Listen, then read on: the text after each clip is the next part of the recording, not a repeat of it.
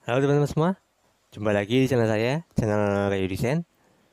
Di video kali ini, saya masih akan membahas tentang tips-tips logo ground ya, yaitu bagaimana caranya menghindari penolakan di logo ground agar logo teman-teman ini bisa diterima pihak logo ground dan lolos seleksi ya. Oke, bagaimana cara dan tahap-tahapnya? Ikuti terus video saya dan simak sampai habis.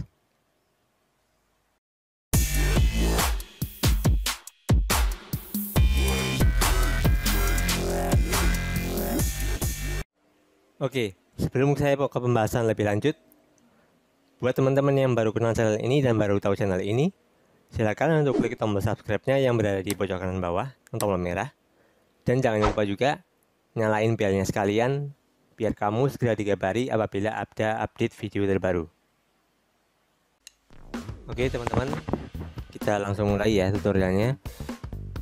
Seperti biasa, di sini saya akan memberikan tips untuk menghindari penolakan di logo ground dan 5 hal penting yang wajib teman-teman hindari saat teman-teman ini submit di logo ground ya, untuk menghindari penolakan logo teman-teman.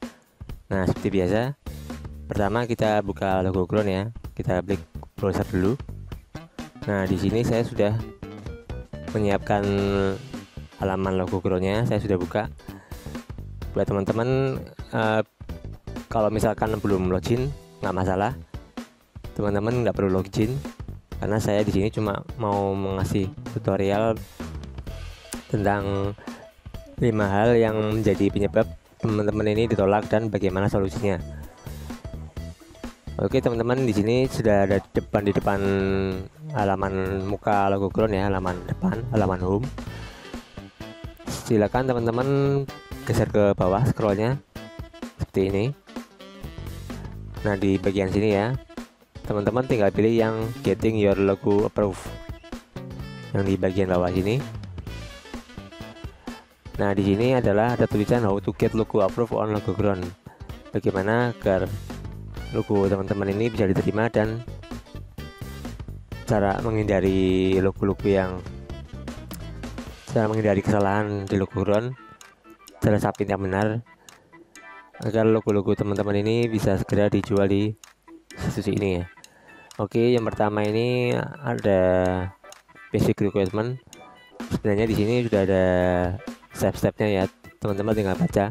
Tapi mungkin banyak teman-teman yang belum paham atau kesulitan dalam mengartikannya.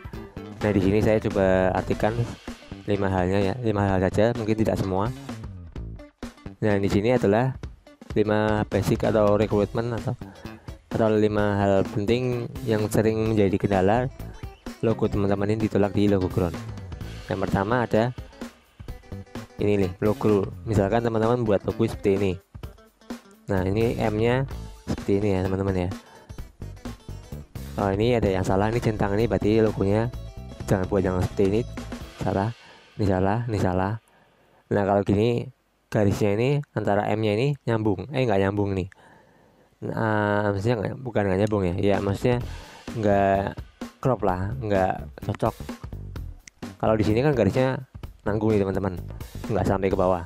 Nah, kalau yang di bawah sini, ini garisnya bagus, dia dari M-nya membentuk lingkaran ya, yang satu di bawah, yang satu bentuk lingkaran di atas. Kalau ini kan tepat. Ini ada logo centang di atas ini, tandanya logonya ini bisa diterima oleh pihak logo ground. Nah, begitu juga yang bawah. Ini ada centang biru, centang hijaunya. Ini juga sama. Kemudian yang kedua ada ini nih, teman-teman, saya kasih lihat yang sering menjadi kendala penolakan di logo ground ya. Nah, ini logonya di pinggir pojok bawah. Jadi kalau dilihat ya kurang enak lah, kurang bagus. Ya ada tanda centangnya, berarti ini logo yang ditolak. Terus yang di sebelah kanannya ini adalah logo yang diterima. Ini logo-logo yang memenuhi syarat, teman-teman. Dia logonya di tengah ya, pas di tengah. Tidak terlalu ke pinggir juga, enggak juga. Terus dia juga enggak terlalu pinggir ke kanan atau proporsi lah. Intinya proporsi. Dia logonya letaknya di tengah. hapus ini teman-teman. Nah ini spacing itu kalau teman-teman belajar Word misalkan ada istilah margin. Nah margin ini adalah batas kanan, batas atas, atau batas keliling yang ada di objek. Nah kalau kita lihat di sini, ini marginnya sangat mepet ya, logonya besar sekali ini, hampir memenuhi kotak yang abu-abu ini. Nah sedangkan yang di sebelah kanannya ini adalah logo yang benar, logo yang tepat, logo yang bisa diterima di logo ground. Ini logonya di tengah seperti ini, dan dia ada space putih di atas, kanan kirinya ya, juga di bawahnya seimbang sama semua teman-teman. Jadi logo teman-teman harus seperti ini. Nah ini ya, ini seperti ini logo-logo yang sering menjadi atau alasan penolakan oleh pihak logo ground ya. Padahal halnya sepele, tapi ini bisa menjadi alasan kenapa logo kamu ditolak. Kemudian ya ini juga masalah apa namanya, ini teman-teman, yang paling penting ini. Nah kalau misalkan teman-teman bikin logo, misalkan bikin logo klasik ya, temanya klasik, biasanya kalau logo klasik itu kan cenderungnya rumit, logonya rumit, ada ornamen-ornamennya, terus ada detailnya ya. Nah kalau bisa teman-teman menghindari detail-detail yang terlalu halus atau detail-detail yang terlalu kecil-kecil seperti ini nih. Ini saya perbesar ya. Nah ini detailnya kan kecil-kecil banget nih, nggak kelihatan. Nah kalau misalkan dicetak di bordir atau di kop, misalnya di pad baju ya, maka detail-detail kecil itu tidak akan kelihatan teman-teman. Sebaiknya teman-teman bikinnya solid aja, garisnya solid, dan bikin yang garis yang crop lah, garis yang lembut-lembut seperti ini, kecil-kecil seperti ini. Maka ini bisa menjadi alasan nanti logo kamu bisa ditolak. Nah yang benar ini seperti ini garisnya. Ini garisnya apa, solid semua ya, nggak ada detail kecil-kecil seperti ini, tidak ada.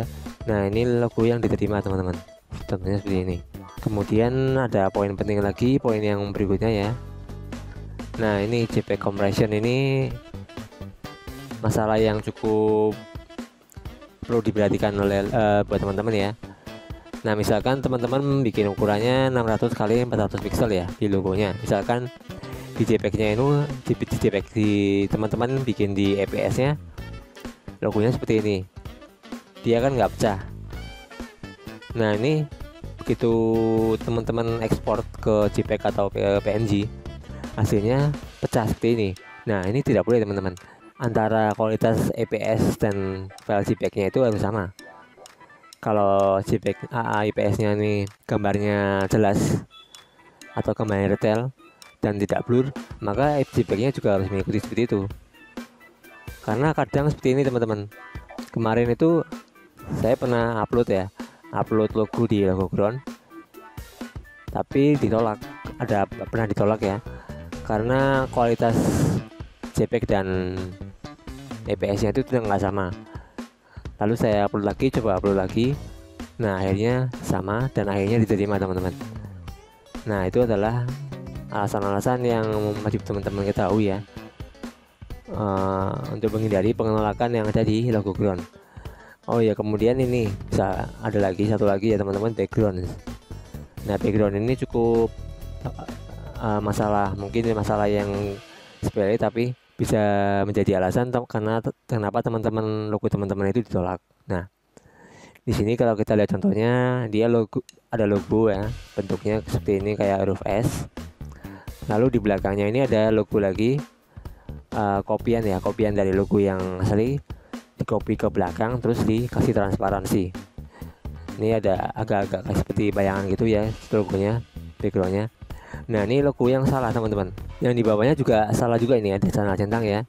Ini backgroundnya gradasi, dia pakai gradasi biru ke hitam. Nah ini adalah logo yang salah, teman-teman jangan ikuti. Kemudian di bawahnya juga ada lagi.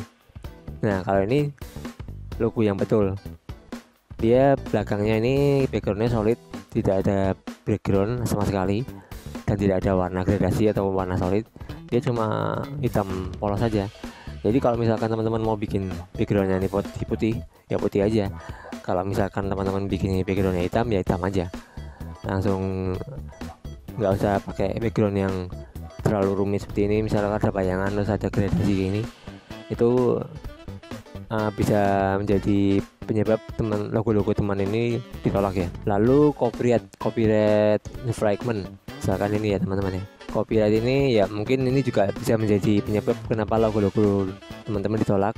Bahkan ada desainer yang upload di Logoground, ada teman saya itu logonya ini ditolak karena copyright teman-teman, ada ciptanya. Jadi logonya ini mengambil dari Google, terus dia tulis di Illustrator atau di Corel itu. Nah logonya ini langsung di banned akunnya, tidak selama beberapa hari setelah di review ya, karena ketahuan ngambil dari Google. Nah kalau bisa teman-teman ya boleh saja, misalkan teman-teman ambil referensi dari Google, misalkan logonya seperti ini tapi dimodifikasi teman-teman. Artinya logonya tidak sama persis yang ada di Google ya, teman-teman rubah-rubah dikit lah, bisa bentuk logonya, terus bisa arah logonya, misalkan ini kan logonya menghadap ke kanan dan kanan ya, ke kanan sini ya. Nah kalau bisa teman-teman logonya menghadap ke kiri. Ini misalkan ini masih rawan ketahuan teman-teman. Oh ya ini bentuknya beda ya, sama ini ada sayapnya yang atas, terus yang di bawah ini nggak ada sayapnya. Nah kalau bisa teman-teman orientasinya dirubah, arahnya logo ini dia kan menghadapnya ke kanan.